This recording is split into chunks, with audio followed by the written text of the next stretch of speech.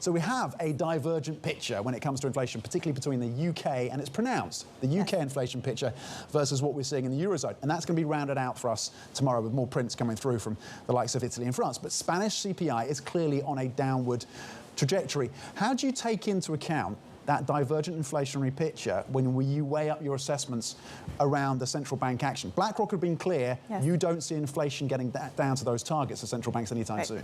Yes, and I think there's actually a clear divergence in what we're seeing in the European inflation prints, in the sense that, yes, headline inflation is coming down as we start to see those food and energy shocks dissipate. But clearly the services inflation, the core gauges, continue to show price persistence. And that does suggest that the ECB will have to keep rates in restrictive territory for quite some time to try to curtail that demand. So you're not taking any comfort from the Spanish CPI print?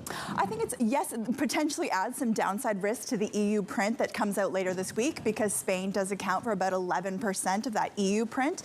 But ultimately, no. I think if we look at the big picture in the euro area, Q1 saw a big spike in negotiated wages. We think that's going to really be a clear trend, just the wage pressures coming through in the second half of the year that will start to feed into the challenging that margin resilience. And when we think about this from a positioning perspective from European equities, full year estimates for earnings growth are around 1%, so still positive.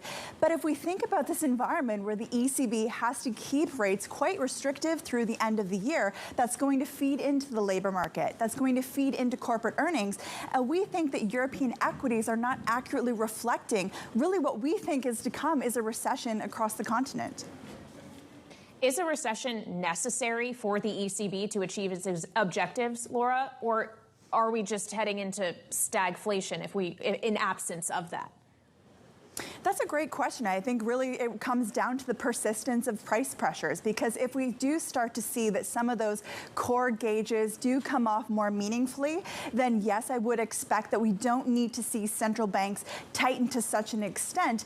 But I think the markets are probably taking a little bit too much comfort, certainly looking at Europe, in the sense that the ECB could soon pause their policy rate. If anything, we do think there's more hikes in the pipeline, because if we look, for example, at services PMI, those still point to fairly resilient economic activity there. So yes, the manufacturing sector is lagging, but I really think, and Christine Lagarde has made this very clear, the central bank is data dependent, and we really have yet to see conviction in the inflation dynamics to support the view that they're near this pause. So, Laura, the ECB benchmark is at 3.25 now. Do you see it getting above 4%? Is that in the realms of possibility at this point? I think certainly we could see a 4% handle, and that's largely because dependent again on that inflation perspective. But again, it's how do we position portfolios in this type of environment? So we're not really taking comfort in the European government bond space in terms of seeking duration, even though we could see a recession because of this heightened inflationary pressures. What we're watching for in terms of the European space and the equities space is around consumer discretionary. Are we going to see more of that luxury trade come through from China? The energy estimates for growth are negative. Will we start to see how deep will that potentially be? And then thinking about the financial space, we do think fundamentals remain favorable for that sector, but again, key question is how resilient will they be to this higher rate environment? What I didn't just hear you mention, though, Laura, is technology. And obviously that is what is driving a lot of the action here in the U.S. The AI boom, NVIDIA, once again on full display today. In theory, Europe has less of that exposure, right? Does this mean U.S. outperformance once again, Europe less so, because they just don't have that kind of AI boost in the same way? Well, I think certainly the fact that we have seen this concentrated rally in the U.S., and it's understandable if we think about the beneficiaries of really the secular wave around AI, and really in the inflationary backdrop, it's those companies that have that pricing power to show this resilience in this type of environment. But we're not chasing that rally in terms of allocating to broader U.S. equity benchmarks, because in a very similar sense, we do think there's a U.S. recession that's going to come through. And when we pivot that kind of story over to Europe, yes, it tends to be more of that cyclical value type of play, but we're not actually seeking kind of broad European exposures either, even if they're not participating in that AI tech boom.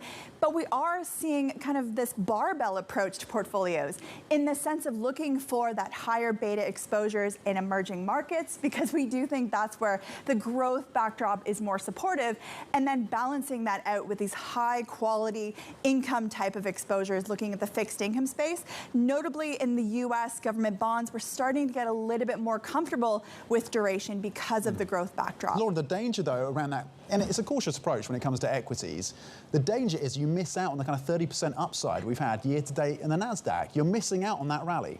Well, absolutely. I mean, but I guess it's the key question now is, okay, do you stay invested, but not necessarily chase the rally because, you know, valuations perhaps less attractive than they were at the start of the year. And we do think, given, for example, the S&P 500 trading around that 4,200 mark, clearly that's not capturing this economic deterioration that we expect to come through. If we think about the banking stress and the tightening in credit conditions yet to come, if we think about what is likely to come from this lagged effect of the monetary policy tightening to date, and then think about the consumer. The U.S. consumer has really been that ballast of support for economic activity.